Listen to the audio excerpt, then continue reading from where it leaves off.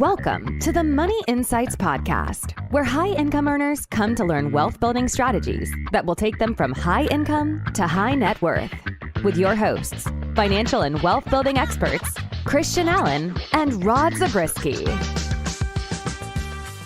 Welcome into today's episode of the Money Insights Podcast. I'm your host, Christian Allen. With me, as always, Rod the Pod Zabriskie. Rod, what's up, man? Hey, I am doing great, and I may have a few more grays than you saw me last time because I'm a grandpa again. And that means at least a few more. Well, congratulations, man. That's exciting. A grandpa already. Yeah. Man, I know people are looking at you and they're like, he doesn't look anywhere near old enough to be a grandpa. I'm certain of it. I can Rob. hope. I'm certain of it. Yeah, I can hope. And maybe it's just my dreams, but no, that is really exciting though. So congratulations to you and the fam. Tell us a little more info. yeah. So Chase and his wife, they live up in Evanston, so they had to drive an hour to the hospital to have their baby. So they're rural, huh? Yeah. Well, so there is a hospital in Evanston, but they shut down the labor and delivery just like within the last 6 months or something. So they were planning to have him there. All right. Yeah. Well, okay. Well, very cool. Congratulations. Are you gearing up for the NBA Finals, Rod? For the battle of the small markets? I am. It'll be interesting to see. Okay, I'm not going to tell anybody who I'm rooting for. I think I'm actually rooting for the Pacers, although I'm pretty sure that the OKC is just going to wipe the floor with them. Okay, so nobody cares what I think about the NBA Finals, Rod, but I'm hoping that they care a little bit more about this next topic. So what we're going to do is we're going to break out a 3-part series on alternative investing. And just really quickly, I'm going to keep this short, but the way this came about is that I put all of the episode titles that we've ever done into ChatGPT, aka Jarvis. Jarvis came back to me and said, you need more alternative investing, given that's the core and the focus of what we do, right? Yeah. So I just said, I think Jarvis is right. We're going all in on this. So we're going to do the next 3 weeks, a 3-part series. Part 1, today we're going to talk about why alternatives matter more than ever. The part 2 is going to be how to build your alternative investing strategy. We're going to talk about the stuff that we do. And I know that we've gotten into some of that before, but we're going to dig further into the things that we're doing and the things that we're seeing some of the most successful alternative investors that we work with do. And the benefit we have is that there's thousands of them that we get to work with. So we see a lot of good stuff. And then the third one, just as important as the first 2, how to spot a bad investment deal before it burns you. Okay. Like it. So that's our 3-part series today, Rod. Let's talk about this, why alternatives matter more than ever. So if I throw that question out to you, or if I throw that thought out to you, what are the first couple thoughts that come to Rod Zabriskie's mind as it relates to alternative investments mattering today as much or more than they've mattered at any other time?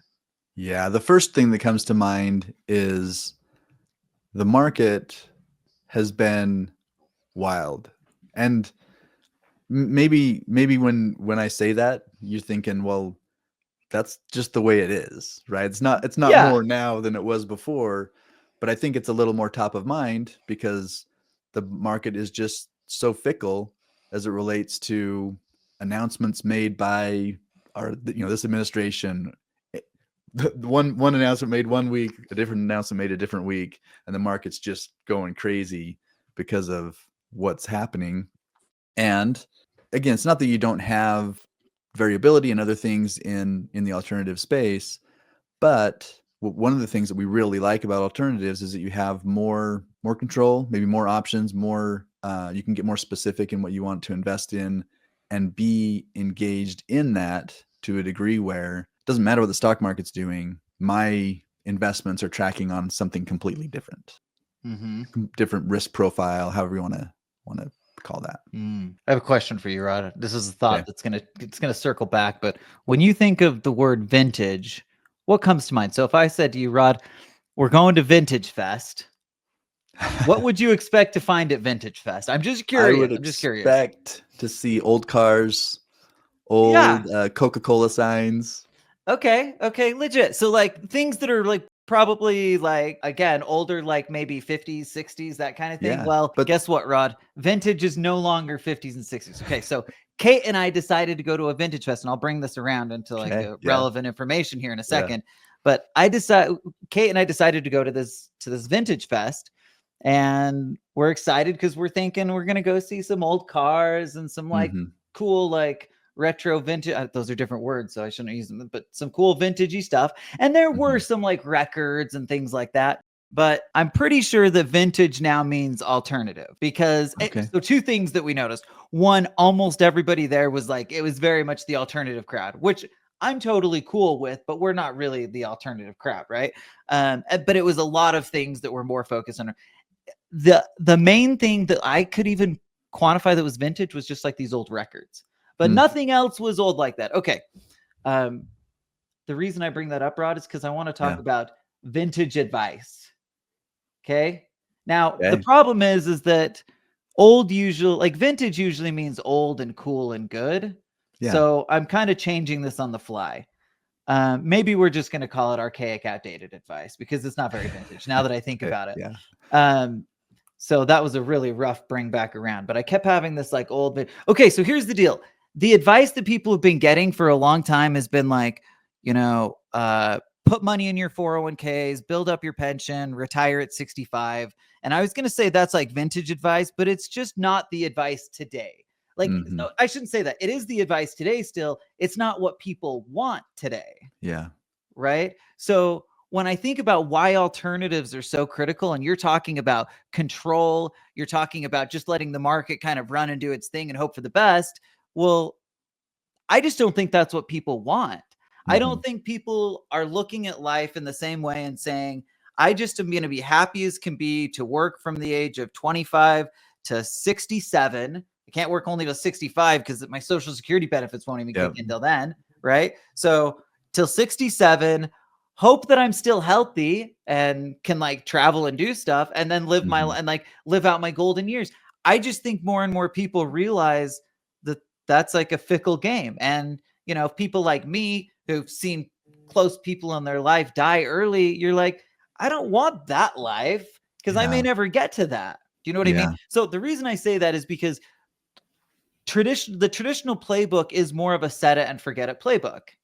The alternative one has opportunities to be more hands off and passive, mhm, but I think at the core of it's letting you drive that ship in a more impactful way, right? We're yeah, suddenly adding leverage into the equation. Well, only very, very sophisticated investors were utilizing leverage 50 years ago. mhm, That becomes more and more like it becomes more and more common today. And I think people just more commonly realize like they see this track record of people who took this quote unquote alternative route and they're seeing the successes. And so more and more people want to be part of that. Okay. So why yeah, are alternatives more important than ever today? Well, part of the reason I believe it is just because it's what allows us to get from point A to point B in a much faster time frame. So I'll say this, if you're totally risk averse and you just want to take like the very set it and forget it route, and I'm happy to wait till 67,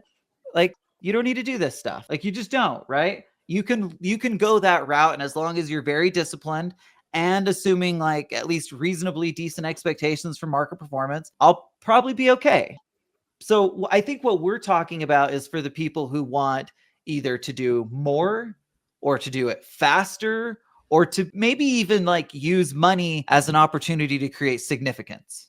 yeah, yeah, So, okay. I like it. Sorry, that was quite a one. Okay. So, some of those things that they're facing, right? Problems like taxes, control, constrained timelines. All of the like very few of those things get addressed inside that traditional playbook. And so we're Right, bringing in things like real estate, real assets, things that have real tax savings and benefits for them and of course, things that I can control and have. And when I say control, it doesn't mean we can control every aspect, but we can have an impact on it, right? There's not a lot that we can do when we put money inside of a 401k in retire at age 65 mutual fund, right? yeah, Like if that's what we're not having a lot of control over that. And it may perform well, but again, for those people who want more than that, who want something different and better, that's where we're coming in. Okay. So did I miss anything, Rod? There's probably other things we could hit on, but anything else come to your mind when we're kind of talking about why that traditional model just kind of falls short? So you talked about some of the problems that we're kind of facing. And not that you didn't talk about some of the alternatives that we're solving for, but I think liquidity is one of those that you hadn't hit on yet, but that we'll talk about a lot, because on the traditional track, pay your home off early, put your money in your 401k. I'm not saying they don't tell you to put money in an emergency fund because you're told that, but how many people are doing? Well, I'll tell you what, I've met with a lot of people who are maxing out their 401k, paying extra towards their mortgage, and have very little in any liquid place. And so then when things go wrong, as they do, all of a sudden they're cashing out and paying penalties to get money out of their 401k, or they think, not able to get to it at all. Oh yeah, that's like, that's imagine that you're just pumping money into this plan, and then you have some financial catastrophe that you need in order to save your house, but you're like, I can't get the hundreds of thousands of dollars in my 401k because I still work with this company. Like, I have just to like quit all sorts in order to get it. Yeah, the only way I can get it is if I remove myself. It's just like, it's insane. So I think that's a really, really great point. And I hound liquidity like crazy just because it's critical inside the alternative world, but it's critical inside any quality financial plan. Yeah. And it often is lacking because the sentiment is push all your chips in against any debt. Don't hold any debt. Make sure you're pushing all your chips into the qualified plans. And then suddenly, even if you're a strong income earner, you may not have a lot left over to create a robust emergency plan or, other needs plan type of thing. So I think that's a really good point. Anything else that we missed on it?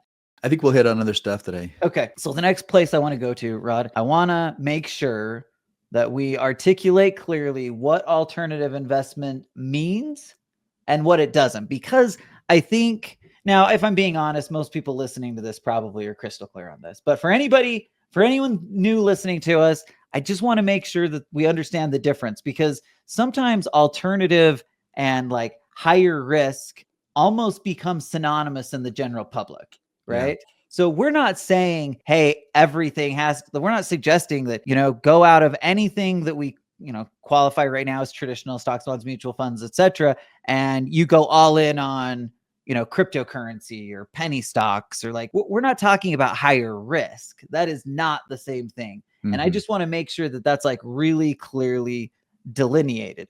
We're talking primarily about hard assets, although not all of them are, but most of them are, hard assets that really just like retain key value. And then to your point from before, they're things that we can influence a little bit more than we can the typical market. So, Rod, maybe you can just give the audience an example of what some of those are, or it doesn't have to be an exhaustive list, but, clarify anything that I've missed. Yeah. Well, we often make fun of the term alternative because the stuff that is key that we see most often in our clients' portfolios are things like real estate. It's been around a long time. They're often business owners or have some ownership in business, primary ownership. It's been going for a while. Held. Yeah. And so we sometimes laugh at that, but that's it. I mean, it's the kind of stuff that is around you that, well, and it's also the kinds of things that can bring you great tax breaks, or maybe said a different way, the tax code is in a bunch of incentives to tell you what the government wants you to do. Well, guess what? They want you to make places for people to live. They want you to have places for people to work.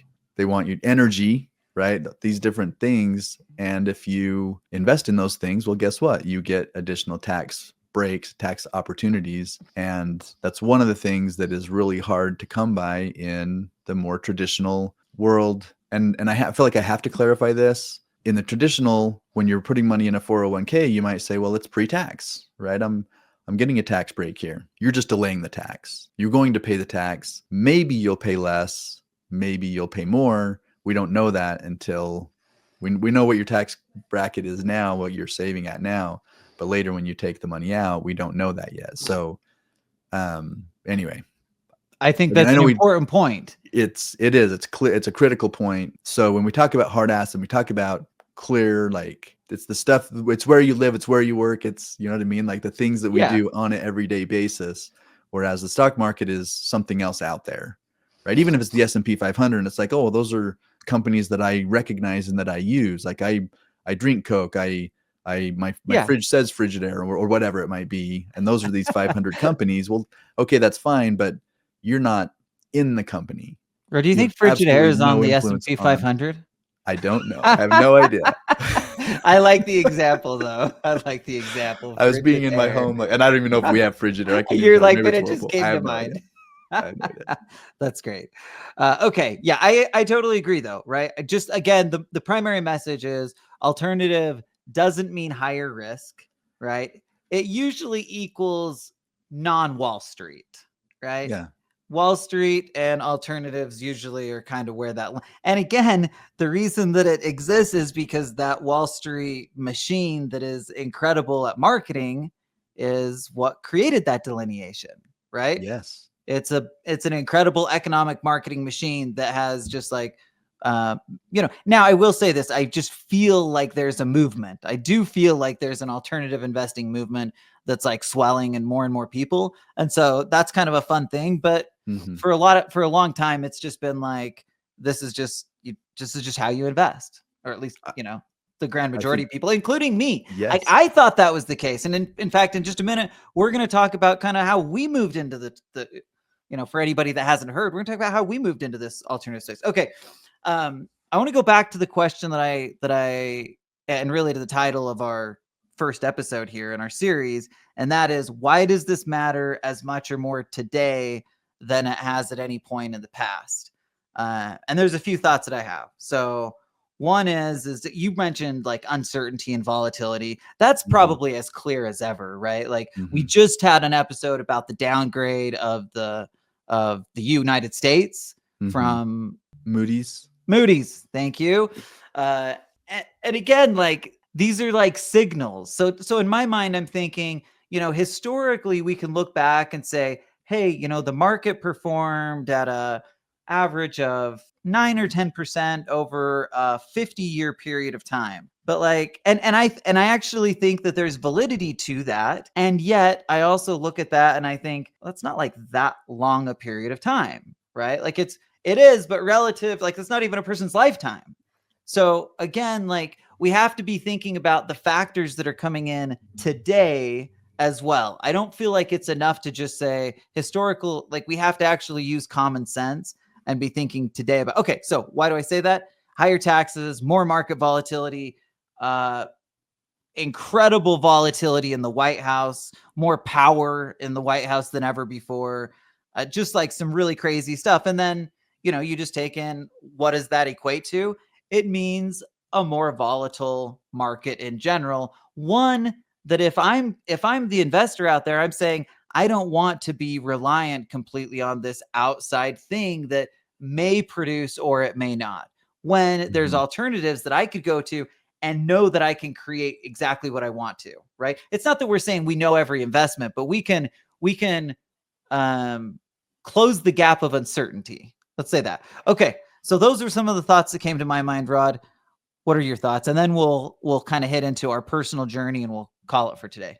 Yeah. So one of the things we often talk about is diversification.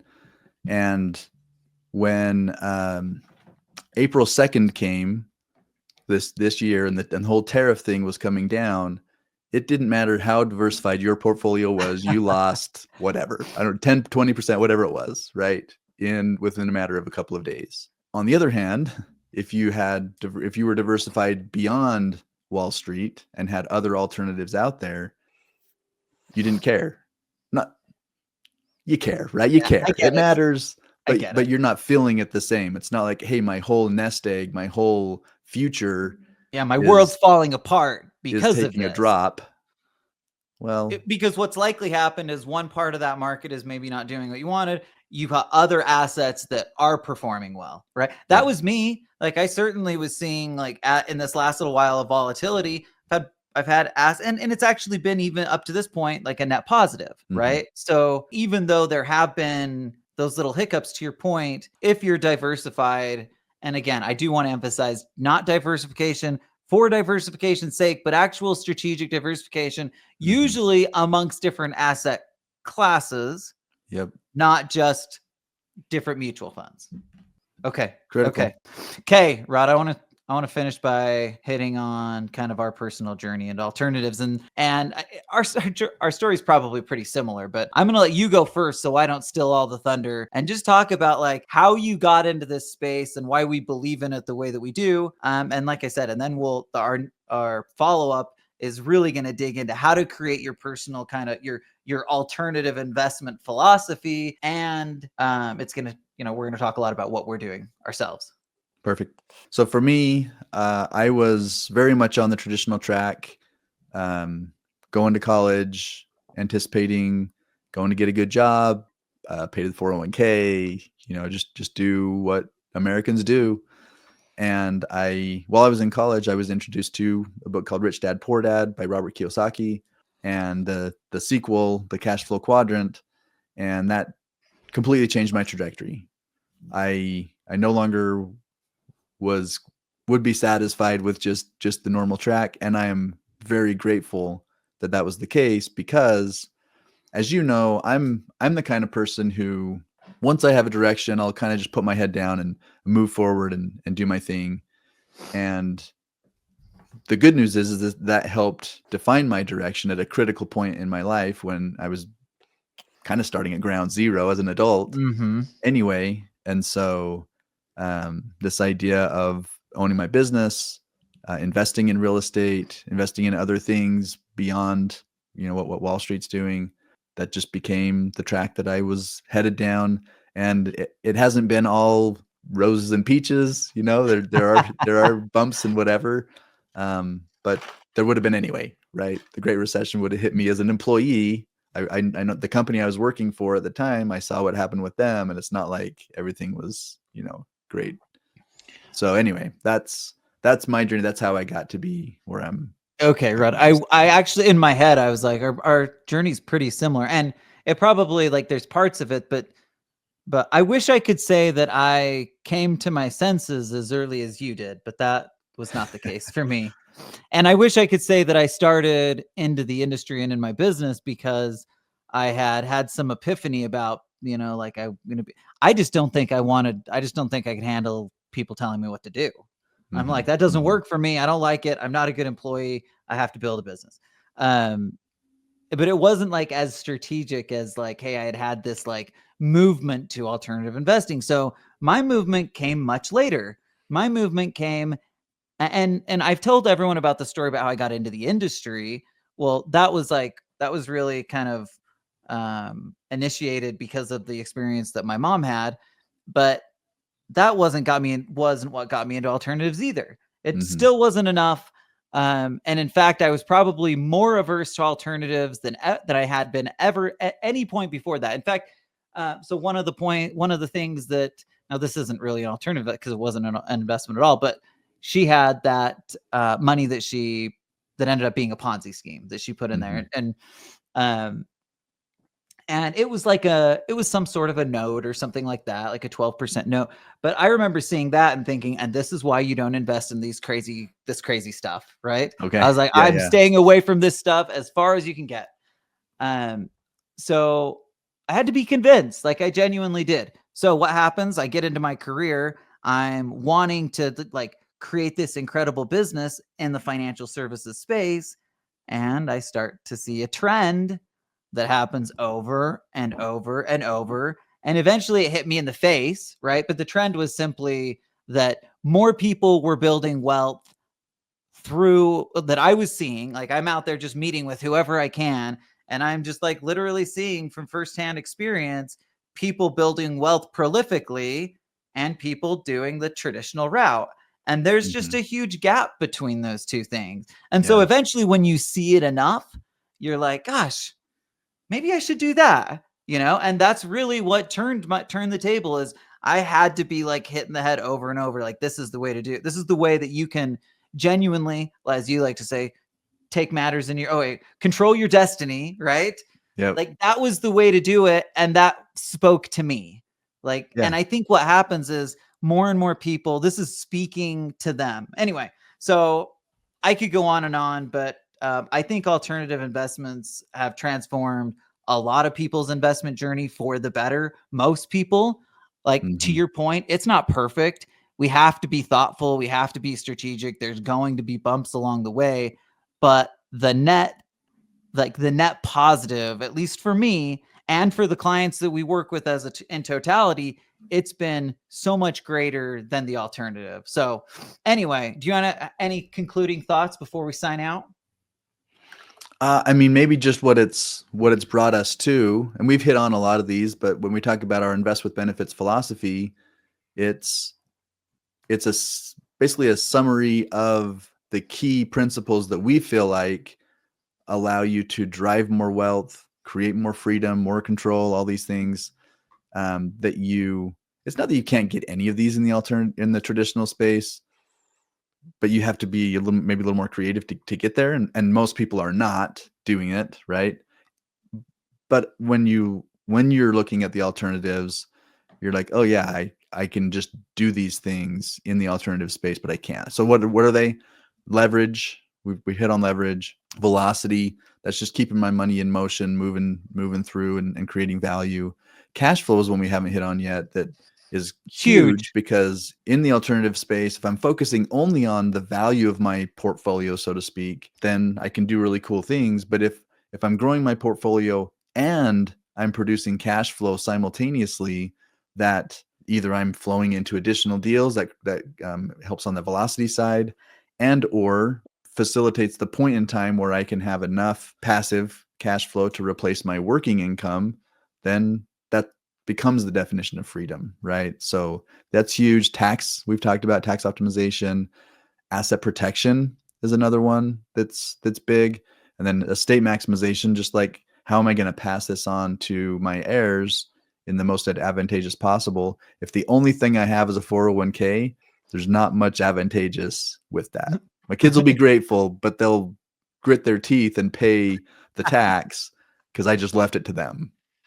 Yeah, thank you. That's a great reminder. Like we believe in it so much so that we built our entire philosophy and business on it. And again, we are like really lucky or fortunate to be able to see it working for many, like just a ton of people across the country. So, okay. Stay tuned for part 2. We're going to get into what Rod and I are doing and how to make sure that you're locking in on your own investment strategies. Talk to you next week. Thank you for listening to the Money Insights Podcast. To learn more about the financial and business strategies discussed in this show, please visit moneyinsights.net. The views and opinions expressed on the Money Insights Podcast are not intended to be individual financial, tax, or legal advice. Always consult with the appropriate advisor before making financial decisions. And if you're enjoying the show, please feel free to rate, subscribe, and leave a review wherever you listen to your podcasts. This will help others find the show and learn wealth-building strategies for themselves. Thanks again for tuning in, and we'll catch you in the next episode.